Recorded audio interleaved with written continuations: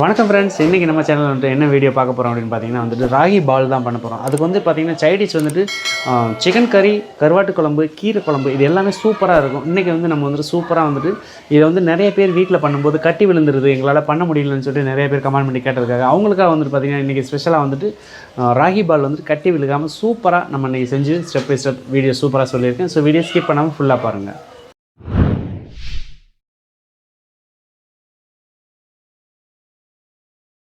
1.5 cup களிக்கு வந்து பார்த்திங்கன்னா கரெக்டாக நம்ம தண்ணி 6 கப்பு எடுத்து நான் அளந்து எடுத்து வச்சுருக்கேன். ஸோ அதை வந்து ஃபஸ்ட்டு வெசலில் போட்டுக்கலாம். போட்டுட்டு இதுக்கு ஒரு மூடி போடுங்க, தண்ணி கொதிக்கட்டும். அதுக்கப்புறம் கொதிக்க வச்சாச்சு. நம்ம ஆல்ரெடி பார்த்திங்கன்னா இப்போ வந்து இதில் வந்து நம்ம வந்து 1.5 கப்பு வந்து நம்ம ராகி மாவு எடுத்துருக்கோம். அதுக்கு வந்து பார்த்திங்கன்னா ஒரு 1/2 கப்பு வந்து ரைஸ், பச்சரிசி இல்லை ஸ்டீம் ரைஸ் எதுனாலும் சரி, ஓகே. நீங்கள் ரைஸ்க்கு சாப்பாட்டுக்கு யூஸ் பண்ணுற ரைஸ் எதுவாக இருந்தாலும் இந்த மாதிரி வந்துட்டு ஒரு 1/2 hour வந்துட்டு இதை முன்னாடி எடுத்து ஊற வச்சு நல்லா வாஷ் பண்ணி வச்சுக்கோங்க. சூடாகிடுச்சு. அதுக்கப்புறம் வந்து பார்த்திங்கன்னா நம்ம ஆல்ரெடி அரிசி ஊற வச்சுருந்தோம் இல்லைங்களா, அந்த அரிசியை வந்துட்டு நம்ம இதில் வந்து ஆட் பண்ணிடலாம்.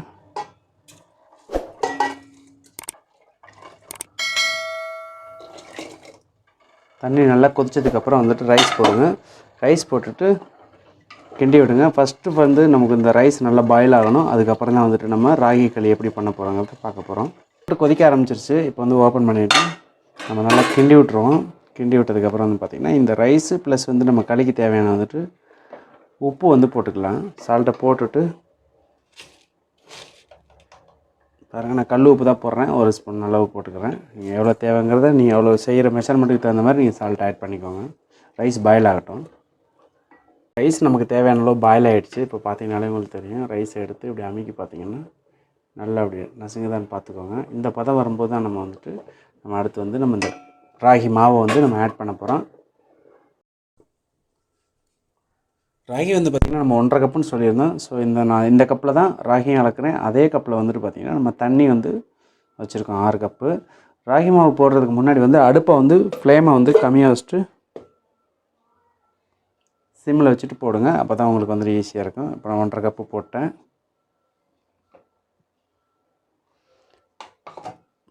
போட்டுட்டு இதை உடனே கிண்டக்கூடாது. ஸோ நீங்கள் வந்துட்டு அப்படியே ஸ்லோவிலே வச்சுருங்க. ஃப்ளேம் ஆகட்டும். இது அப்படியே கொதிச்சு அது அப்படியே தண்ணி கொதிக்க அது என்ன ஆகும்னா அந்த மாவு வந்து அந்த சுடு தண்ணியிலே ஊறி அப்படியே உள்ளே இழுக்கும்.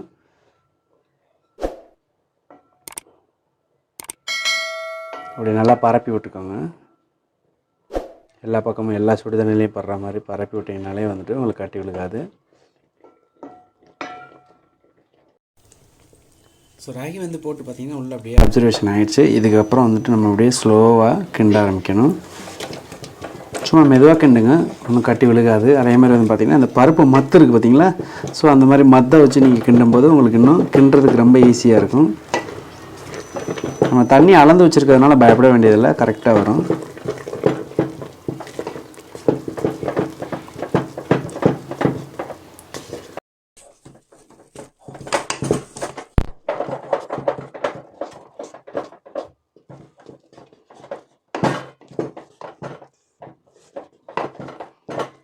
ஸோ இந்த மாதிரி நல்லா வெசல்ஸை வச்சு நல்லா ஒரு கிளாத்தை வச்சு பிடிச்சிக்கிட்டு இந்த மாதிரி கிண்டுங்க. அப்போ தான் உங்களுக்கு நல்லா ஈஸியாக வரும்.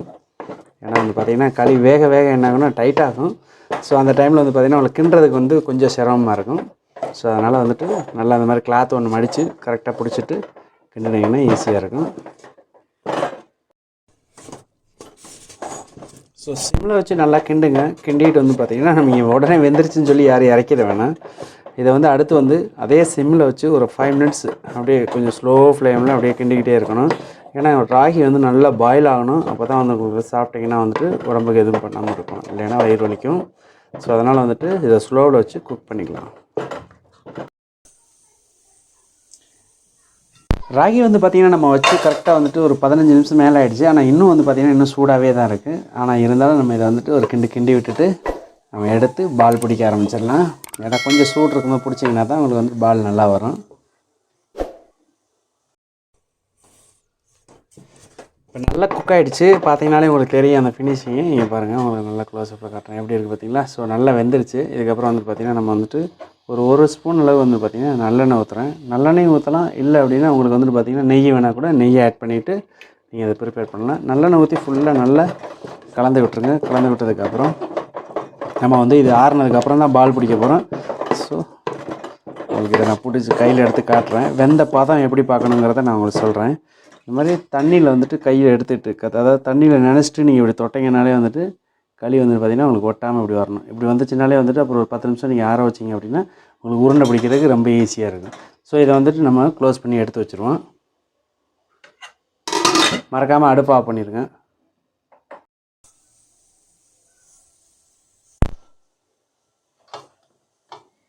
ஸோ இப்படி இந்த மாதிரி பாத்திரத்தில் எடுத்து போட்டிங்கனாலே வந்துட்டு உங்களுக்கு களி ராகி பால் பிடிக்கிறதுக்கு வந்துட்டு பதம் ரெடி ஆகிடுச்சுனாலே வந்துட்டு பார்த்திங்கன்னா வெசல்ஸில் ஒட்டவே ஒட்டாது. அதே மாதிரி வந்து பார்த்திங்கன்னா உங்களுக்கு சூப்பராகவும் வரும். அதே மாதிரி கொஞ்சம் தண்ணியை வந்து கையில் தொட்டுட்டு நீங்கள் அப்படி எடுத்து உருட்டினீங்கனாலே இங்கே பாருங்கள். ஸோ அப்படி சூப்பராக வரும்.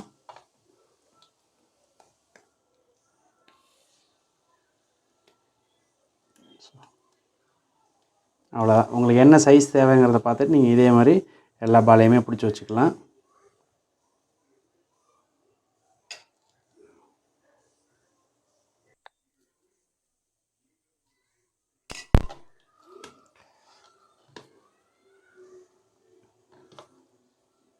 கொஞ்சம் சூடாக இருக்கும்போது உங்களுக்கு வந்து பார்த்திங்கன்னா பிடிக்கிறது கொஞ்சம் ஒரு மாதிரி இருக்கும். ஆறுச்சுன்னா உங்களுக்கு ஈஸியாக இருக்கும். சைஸை மட்டும் பார்த்துக்கோங்க. பார்த்துட்டு இப்படி எடுத்து பிடிச்சிங்கன்னா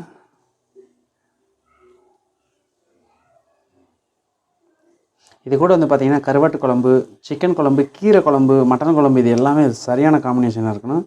நீங்கள் வந்து பார்த்தீங்கனாலே தெரியும். இந்த மாதிரி உங்களுக்கு என்ன சைஸ் தேவை. குழந்தைங்க வந்து பார்த்திங்கன்னா ரொம்ப பெருசாக இருந்தாலும் விரும்ப மாட்டாங்க. ஸோ நம்ம பெரியவங்களுக்கு குழந்தைங்களுக்கு அதுக்கு தகுந்த மாதிரி நம்ம வந்து சைஸ் வந்து இன்க்ரீஸ் பண்ணி நம்ம பிடிச்சி வச்சுக்கலாம். இப்போ இந்த பதம் பார்த்திங்கனாலே உங்களுக்கு தெரியும். கையில் ஒட்டவே இல்லை எப்படி பார்த்தீங்களா, சூப்பராக இருக்குது பாருங்கள். ஸோ இதுதான் இதோட ஸ்ட்ரக்சரு. இது ஆற என்னென்னு கேட்டிங்கன்னா நமக்கு நல்லா இதாகும். நம்ம சாப்பிடும்போது இன்னும் கொஞ்சம் நல்ல அந்த திக்னஸ் கிடைக்கும். ஸோ அதே மாதிரி களி வந்து பார்த்திங்கன்னா கொலன்னு இருந்து நீங்கள் அந்த கிரேவியில் ஊற்றுனீங்கன்னா உங்களுக்கு சாப்பிட்றதுக்கு வந்து கொஞ்சம் கம்ஃபர்டபுள் இல்லாமல் இருக்கும்.